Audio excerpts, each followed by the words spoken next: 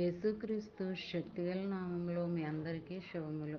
ప్రియమైన దేవుని బిడ్డలారా, మరి ఎలా ఉన్నారు? దేవుడు గతించిన దినమంతా కూడా ఆయన రెక్కల నీడలో మనందరినీ మరి నడిపించి, పోషించి, కాపాడి మరొక నూతనమైన దినములో, వారంలో మనల్ని ప్రవేశపెట్టిన విధానాన్ని బట్టి మరొకసారి ఆయనకి వందనాలు చెల్లించుకుంటున్నామండి. మరి దేవుడు ఈ దినం మనకిస్తున్న వాగ్దానం, ఈ వాగ్దానాలన్నీ కూడా ఆరోగ్యంతో ఉన్నాయండి. మనం చదివామనుకోండి, మనకి ఏ బాధ ఉండదండి, ఏ బలహీనత మన దగ్గరికి రాదండి.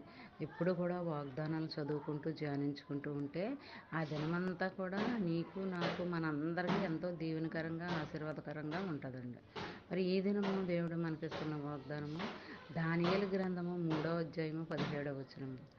దేవుడు మండుచున్న వేడుమ గల ఈ అగ్నిగుండములో నుండి మమ్మల్ని తప్పించి రక్షించుటకు సమర్థుడు.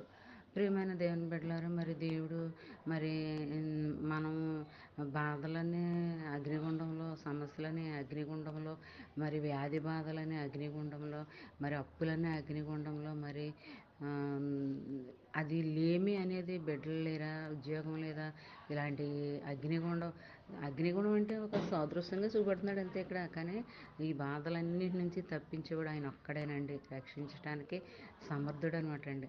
ఎప్పుడూ కూడా మనం ఆయన్ని హృదయంలోకి ఆహ్వానించినప్పుడు, మన గృహాల్లోకి ఆహ్వానించినప్పుడు ఇవన్నిటి నుంచి దేవుడు మనల్ని రక్షించే సమర్థుడు ఒక్కడేనండి. ఆయన రక్షిస్తాడు.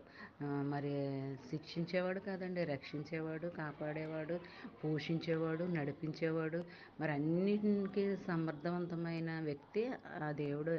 మరి మనము ఆయనకి అనుకూలంగా నడుచుకోవాలని అనుకుంటే మరి ఆజ్ఞానుసారంగా, వాక్యానుసారంగా మనం నడుచుకుంటూ ఉండాలండి. మరి దేవుడు ఎంతగానో మరి మనల్ని పోషిస్తున్నాడండి, దినమంతా కాపాడుతున్నాడు. అప్పుడు మనం ఎలా కృతజ్ఞత కలిగి ఉండాలో మరి మనందరికీ తెలుసు. మరి ఆ ఆజ్ఞానుసారంగా, వాక్యానుసారంగా నడుచుకుంటూ జీవిస్తూ ఉంటే ఆ దినమంతా కూడా కుటుంబానికే కదండి, మనందరికీ కూడా ఆదరణ, మరి ఆదరణకరమైన మాటలు మనం చదువుతున్నప్పుడు, ఎదుటోళ్ళకి వినిపిస్తున్నప్పుడు ఆ దినమంతా నీకు నాకు ఎంతో శ్రేయస్కరంగాను, ఆరోగ్యకరంగాను, దీవెనకరంగాను ఉంటుందండి. మరి ఈ దినమంతా ఈ వాగ్దానము ఎత్తిపట్టుకుని ప్రార్థన చేయాలని కోరుకుంటూ, ఆమేన్. God bless you.